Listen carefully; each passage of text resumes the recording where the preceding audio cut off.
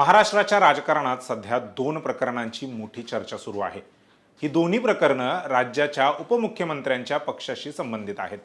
एक प्रकरण मंत्री माणिकराव कोकाटे यांचं आहे, तर दुसरं प्रकरण हे एकनाथ शिंदे यांच्या सख्ख्या भावाशी संबंधित आहे। उपमुख्यमंत्री एकनाथ शिंदे यांचे सख्खे भाऊ प्रकाश शिंदे यांच्या साताऱ्यातील एका रिसॉर्टमध्ये तब्बल 145 कोटी रुपयांचे ड्रग्ज सापडल्याचा खळबळजनक दावा शिवसेना ठाकरे गटाच्या उपनेत्या सुषमा अंधारे यांनी केला आहे।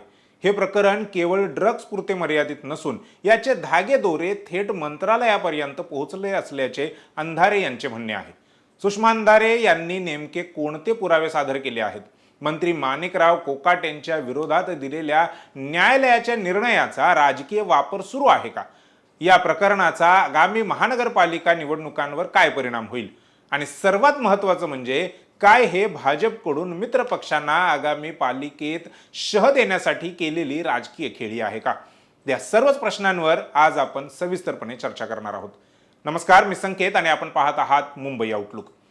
सर्वात आधी साताऱ्यातील हे प्रकरण काय आहे हे समजून घेऊयात। हे संपूर्ण प्रकरण साताऱ्यातील जावळी तालुक्यातील सावरी गावातील आहे। 13 डिसेंबर रोजी मुंबई गुन्हे शाखेने सावरी गावात एका शेडवर धाड टाकली। या धाडीत 45 किलो मेफेड्रोन अर्थातच MD ड्रग्ज जप्त करण्यात आले, ज्याची आंतरराष्ट्रीय बाजारातील किंमत ही तब्बल 145 कोटी रुपये इतकी आहे। हे साताऱ्यातील आजवरचे सर्वात मोठे ड्रग्ज रॅकेट असल्याचे म्हटले जात आहे। मात्र या कारवाईनंतर स्थानिक पोलीस प्रशासनाने, विशेषतः सातारा पोलीस अधीक्षक तुषार दोशी यांनी ही माहिती लपवून ठेवल्याचा आरोप सुषमा अंधारे यांनी केला। ज्या शेडमध्ये हे ड्रग्ज सापडले ते शेड एका आलिशान रिसॉर्टच्या अगदी जवळ आहे। अंधारे यांच्या दाव्यानुसार हे रिसॉर्ट उपमुख्यमंत्री एकनाथ शिंदे यांचे सख्खे भाऊ प्रकाश शिंदे यांच्या मालकीचे आहे। सुषमा अंधारे यांनी केवळ आरोप केले नाहीत, तर त्यांनी पुराव्यांची एक मोठी फाईलच माध्यमांसमोर ठेवली आहे। अंधारे यांनी काही सरकारी कागदपत्रे दाखवली, ज्यामध्ये संबंधित जमिनीवर प्रकाश संभाजी शिंदे आणि सुभाष संभाजी शिंदे यांची नावे आहेत। ही नावे एकनाथ शिंदे यांच्या सख्ख्या भावांचीच आहेत असे ठामपणे सुषमा अंधारे यांनी सांगितले। या रिसॉर्टचे नाव तेजस असे असून ते प्रकाश शिंदे यांच्या मुलांच्या नावावरून ठेवण्यात आले असल्याचा दावा त्यांनी केला। सर्वात खळबळजनक आरोप म्हणजे ज्या शेडमध्ये ड्रग्ज बनवले जात होते तिथे काम करणाऱ्या लोकांना तेजयश रिसॉर्ट मधून जेवण पुरवले जात होते। एका दुर्गम भागात असलेल्या शेडमधील कामगारांना रिसॉर्ट मधून जेवण का जात होते, हा मोठा प्रश्न त्यांनी उपस्थित केला आहे। याशिवाय हे रिसॉर्ट कोयना धरणाच्या बॅकवॉटर परिसरात असून नियमानुसार धरणापासून सुमारे 75 मीटर अंतरापर्यंत कोणतेही बांधकाम करता येत नाही, तरीही हे रिसॉर्ट केवळ 5 मीटर अंतरावर कसे बांधले गेले? तसेच तिथे 75 लाख रुपये खर्च करून पक्का सिमेंटचा रस्ता कोणी बनवला, असे प्रश्न अंधारे यांनी विचारले आहेत। हे रिसॉर्ट रणजित शिंदे नावाचा व्यक्ती चालवतो, जो एकनाथ शिंदे यांच्या दरेगावचा सरपंच आहे।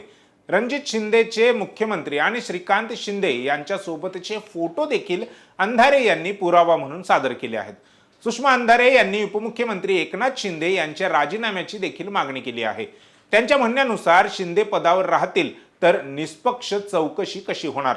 संतोष देशमुख हत्या प्रकरणातील चौकशी निष्पक्ष व्हावी यासाठी तत्कालीन मंत्री धनंजय मुंडे यांचा राजीनामा घेतला गेला होता। मग या प्रकरणात शिंदेंचा राजीनामा का नको? हे आरोप समोर आल्यानंतर प्रकाश शिंदे यांनी तातडीने आपली बाजू मांडली। त्यांनी सर्व आरोप फेटाळून लावले असून हे एक राजकीय षड्यंत्र असल्याचे त्यांनी म्हटले आहे। त्यांच्या म्हणण्यानुसार ज्या ठिकाणी ड्रग्ज सापडले ती जागा त्यांच्या मालकीच्या जागेपासून 3 किलोमीटर अंतरावरती आहे। त्यांनी संबंधित जागा 6 महिन्यांपूर्वीच रणजित शिंदे यांना चालवायला दिली होती आणि त्यामुळे त्यांचा या व्यवहाराशी काहीही संबंध नाही, असे ते म्हणाले। विरोधक केवळ आगामी निवडणुका डोळ्यासमोर ठेवून शिंदे कुटुंबियांची बदनामी करत आहेत, असे प्रकाश शिंदे म्हणालेत।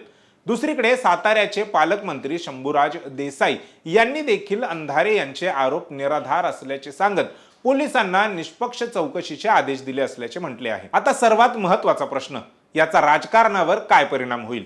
मुंबई, पुणे आणि ठाणे महानगरपालिकांच्या निवडणुका अगदी तोंडावर आहेत। अशा वेळी उपमुख्यमंत्र्यांच्या भावाचे नाव ड्रग्ज प्रकरणात येणे ही विरोधकांसाठी मोठी संधी आहे।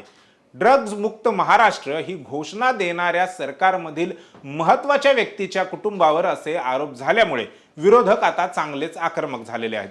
सुषमा अंधारे यांनी थेट आरोप केला आहे की या ड्रग्जच्या पैशाचा वापर आगामी निवडणुकांमध्ये मतदारांना विकत घेण्यासाठी केला जाण्याची शक्यता आहे.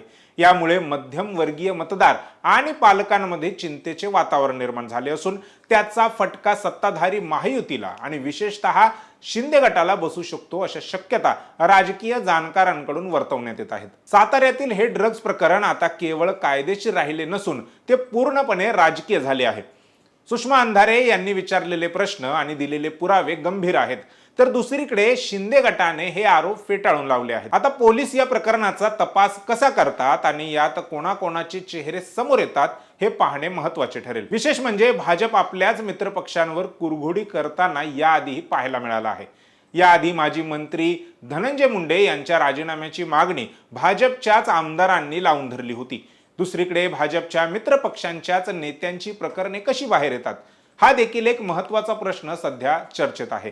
मंत्री माणिकराव कोकाटे यांच्या एका जुन्या प्रकरणाचा निकाल अगदी निवडणुकीच्या तोंडावरच लागतो आणि माणिकराव कोकाटेंना अटक करण्यासाठी पोलीस रुग्णालयात दाखल होतात. मुख्यमंत्री देवेंद्र फडणवीस यांच्याकडेच राज्याची गृह खाते असल्याने ते ज्यांच्यावर पाहिजे त्यांच्यावर कारवाई करू शकतात आणि ते सध्या करतही आहेत. त्यामुळे एकनाथ शिंदे यांच्या भावाच्या रिसोर्टवर धाड टाकण्याचे काम काय निवडणुकीत शिंदेंना शह देण्यासाठी भाजपच्या राजकारणाचा भाग होता असे प्रश्न आता सामान्य जनतेकडून विचारले जात आहेत. या सर्वांचा परिणाम महापालिका निवडणुकीवर काय होणार हे पाहणे आता महत्त्वाचे ठरेल.